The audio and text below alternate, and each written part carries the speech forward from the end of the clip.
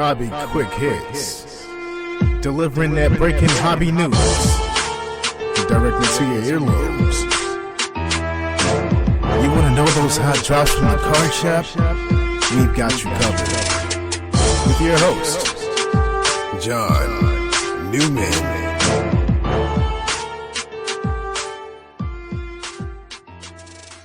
Welcome back to another episode of Hobby Quick Hits. So, you may remember, or you may not, I'll fill you in either way. A couple weeks ago on our Q&A segment, I had someone ask me, what is something that bothers me about the hobby? And that, I try to enjoy it, not complain too much. There are some things, but one thing that sort of, gets a little bit like nails on the chalkboard is, I'm a welcoming person. I love when new people come into the hobby. I think it's very important for the viability and long-term success of this great hobby we're part of. But I always get, when people come into the hobby and don't care to learn or know about the past of the hobby, because we got to where we are now because of that past. And when someone's really kind of shuts themselves off to that as a new person, or even if they're not new and they don't really care about their past, it's sort of, a pet peeve of mine. And they're not a bad person. I'm not painting them as a bad person. It just kind of bothers me. And maybe it's because, it's funny. Since high school, I've really gotten into history of the hobby, history in general, just world history, country's history, and that sort of thing. Maybe a little bit even more now being in the teaching side of things, teaching profession. But so I'm a big into the history. How did we get to this point? And as a lot of people believe, history repeats itself, not only in world history, but even in hobby history. When so someone doesn't know some stuff, or doesn't know. We don't automatically know stuff, right? We got to research and some elbow grease to find stuff out. But when someone sort of says, hey, I don't care, I'm here now, I don't care about what happened before, that always bothers me a little bit. And so I answered that question a few weeks back as one of my pet peeves. So in thinking about that, I'm like, sure, you can Google almost anything and probably get 80% accurate stuff. But I kind of wanted to put my money where my mouth was, right? So every so often we're going to do something like we're doing today, where I'm going to kind of go back in history with someone important to the past of the hobby and talk about them. And for those that may not know, it will be sort of a history lesson of our hobby. For those that do know, may learn something they didn't know, or just refresh, their mind about a person from the hobby, from the industry. And so this is the first time we're doing this kind of episode. And I'm not doing them in any kind of specific order, but the guy I'm going to tackle today is a gentleman who's no longer with us, but he goes by the name of J Warren Bowman. And yep, that last name might sound familiar. Being a hobbyist. He is who you think he is. He's the founder of Bowman Card Company, the original Bowman, and we're going to tackle a little bit of his life today, a little bit of a hobby history lesson, if you'll indulge me. But before we get into that, we're going to hear from our great sponsor, Mojo Breaks. We're going to do our Q&A, our new releases, some hobby news, and then we'll learn about J Warren Bowman. MojoBreakShop.com is the best place to get your sealed wax products and breaks. They not only have the best selection, but the best prices. Whether it's a box or a whole case, they are your guys. They ship worldwide to your doorstep. Their reputation as one of the most trusted in the hobby goes unmatched. They are the 2021 Topps Rip Party Champion Breakers. From sports card to Pokemon cards, their selection can't be beat. They offer daily deals and pre-orders. Hey guys, John Newman here. Mojo's prices are already great, but to save an additional 10% off anything in their store, use the code QUICKHITS. That's QUICKHITS.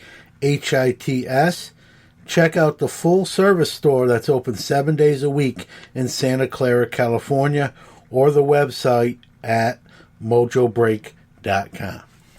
Hey guys, it's Max again from the Sports Card Shop in New Buffalo, Michigan. Today I'm back here again to give us the weekly releases for our Sports Card Nation podcast.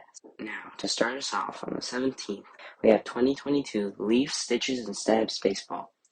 On the 18th, we have 2022 Historic Autographs of Washington Chronicles Blaster, 2022 Historic Autographs of Washington Chronicles Factory Set, 2022 Historic Autographs of Washington Chronicles Hobby, Rittenhouse Doctor Who Series 11 and 12 Trading Cards, Rittenhouse Doctor Who Series 11-12 Trading Cards UK Edition, and on 2022 Super Break First Time Card Football, 2022 Top Stadium Club Chrome Bundesliga Soccer, 2022 Top Sterling Baseball, and on the 20th we have 2021-22 Panini Prism Collegiate Draft Picks Basketball H2, and on the 20th, the last release of the week, 2021 Topps Troop Sea Cream Baseball. Have a good rest of your week and enjoy the podcast. Answer my question! The question! I'll answer the question.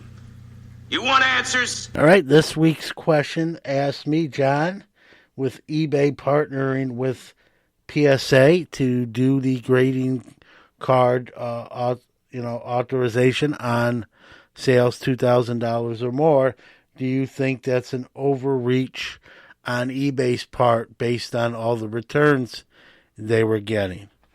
No, I don't. I think this is just them trying, there's a saying in business and retail, right? Give extra value to your product. I think this is eBay trying to give extra value to the product, and this is how they're doing it. While not everyone may like it or agree with it, I think that's the direction they're going with it. That's what they're trying to do.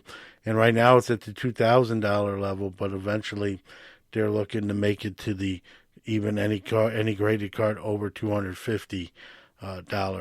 Like I said in a previous episode, I think it's odd that it'll be PSA looking at other grading card companies' work and, signing off on it, if you will. But that's what is going to happen here. So, that's where I don't think it's necessarily an overreaction on returns. And I think returns are still going to probably happen potentially. Maybe not as much, but they're still going to occur. I don't think there's any way to fully get away from that.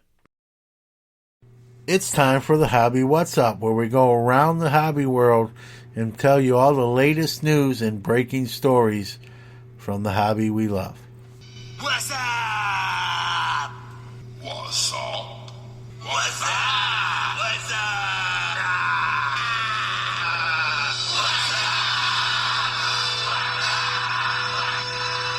Right, not a huge news week, but the heavy news is on the graded side of the hobby, starting with PSA's hyped up announcement. Like a few days before, they announced they would have some big news, quote, big news pertaining to the economy level. A lot of speculation before the announcement actually came that they were going to go back to the $20 to $25 level, which many people were hoping. That did not happen. And all the hype was really, it was overhyped and underdelivered, if you ask me. They announced their economy level would go unlimited, stay at $50, and be open to members of the Collectors Club only. That's $99 a year. Sounds to me almost like, a way just to try to increase their Collectors Club membership. Probably not a bad play. But the way they sort of led into that announcement, I think was poorly done. I think they sort of postured that the news was going to be bigger than it actually turned out to be. And so this didn't move my meter much. It really didn't change much other than that there's no cap, no limit on the $50 level economy submissions. They said they will estimated time of return is 90 days. They are further along in their backlog, they've reported. The question I get asked a lot is, John, will they ever get back to that, $20, $25 level or even lower like it used to be? I think the lowest you'll ever see it is $20, $25. And quite frankly, I don't know. I've heard Nat Turner say that he wants to be that again, but I don't know. I don't know. You can say whatever you want, but the proof's in the pudding, right, when you do it. And set registry folks that do, send a whole set basically in to be graded. There's a big difference between $25 and $50 for those guys. So maybe, we've talked about it on Hobby Hotline this past week. Maybe they could do something special for a set registry. Maybe, start a set registry club membership type of deal.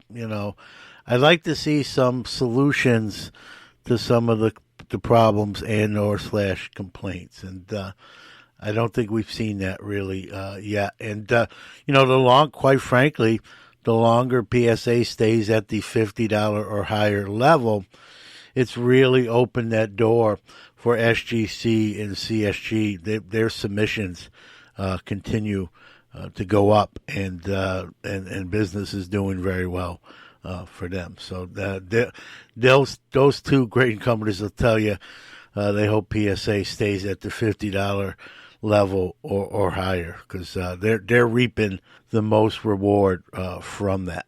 Well, we just mentioned CSG. CSG also released what their Perfect 10 label would look like. Perfect 10 meaning a card that grades 10 in all 4 grading categories. Much like Beckett's Black Label, SGC's Pristine. As we all know, PSA doesn't do a Perfect 10. It's just Gem Mint 10. But CSG's released their label, heavy black as the main color, and much like Beckett's. I saw it. It's sharp looking, and obviously if you submit there, I don't at this point, but if you do, you're hoping you get one of those labels. And one of the reasons these companies do these, Perfect 10, Pristine, is, because PSA doesn't, right? It's a level you can shoot for that PSA doesn't offer, and CSG now part of that group that offers a, perfect score grade with a specialized label for it.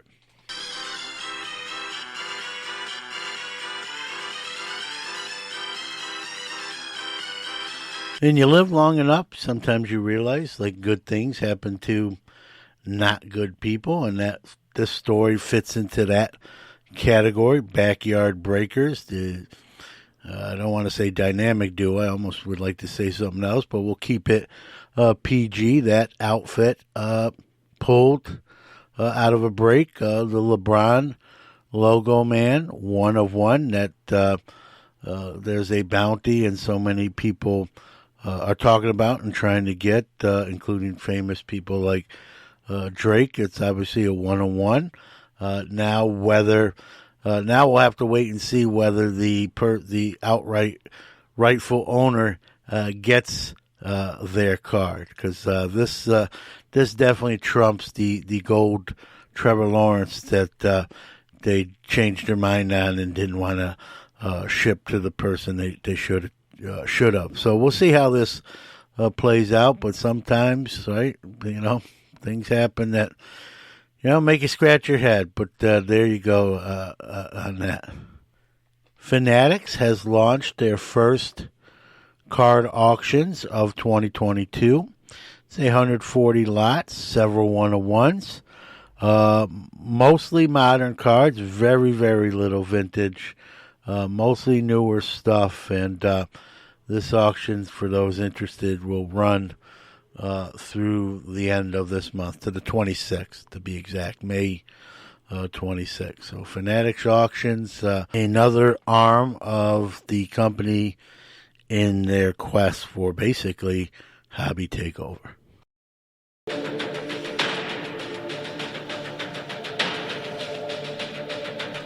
now, our feature presentation. All right, today we're going to talk about J Warren Bowman. And the do not use the J too much, so more known as Warren Bowman. He was born in Ohio, but really grew up in New Mexico. And before he started Gum Incorporated, which he did in 1927, he was an entrepreneur journeyman. That's probably the best way I can explain it. He just tried many, many different things until he got into the gum business and then eventually the card business. So these are all the hats that he wore at one time or another before his real forte came into play. New Mexico rancher, a used car salesman, a Los Angeles policeman until he was caught with women in his patrol car, which caused him to lose that job. He carried fruit in a truck, a fruit trucker. He had a coffee roasting business and worked in a paper bag and food manufacturing line of work. He was married not one, not two, not three, not four, but 5 times, often called by people who knew him a playboy or serial entrepreneur. Risk taker would be 2 words you would definitely use with Warren Bowman. He was not scared to put himself out there and go for something. So I mentioned him being a Los Angeles police officer and then getting caught with multiple women in his patrol car. He was fired and went to Mexico, the country, and started a few different businesses that were not very successful. He wound up coming back to the States, wound up in Philadelphia, Pennsylvania, with $25 left to his name. He was on a train. On that train, he had a conversation with a gum salesman who started him on his journey into the gum business. So in 1927, with very little money in Philadelphia, he started his company called Gum Incorporated. But the company didn't take off till 1929 when they marketed Bloney gum, Bloney, and that really took off and built the company. At this point, the war was in effect, and it was becoming customary to put trading cards in with the gum, and his first foray into doing that was in 1936 with the G-Men and the Heroes of Law Enforcement set. So in 1936, Bowman's first foray into card production along with the gum. And in 1938, they produced what now is one of the most famous card sets in the history of trading cards. In 1938, they produced the 240 card Horrors of War set, which was very graphic and controversial at the time, very opinionated and right to the point. Again, graphic with the depictions on the cards. They weren't short produced, but remain very popular to this day because of the significance of that set. During the Great Depression, the company was making $40,000 a week, which was very considerable for those down times.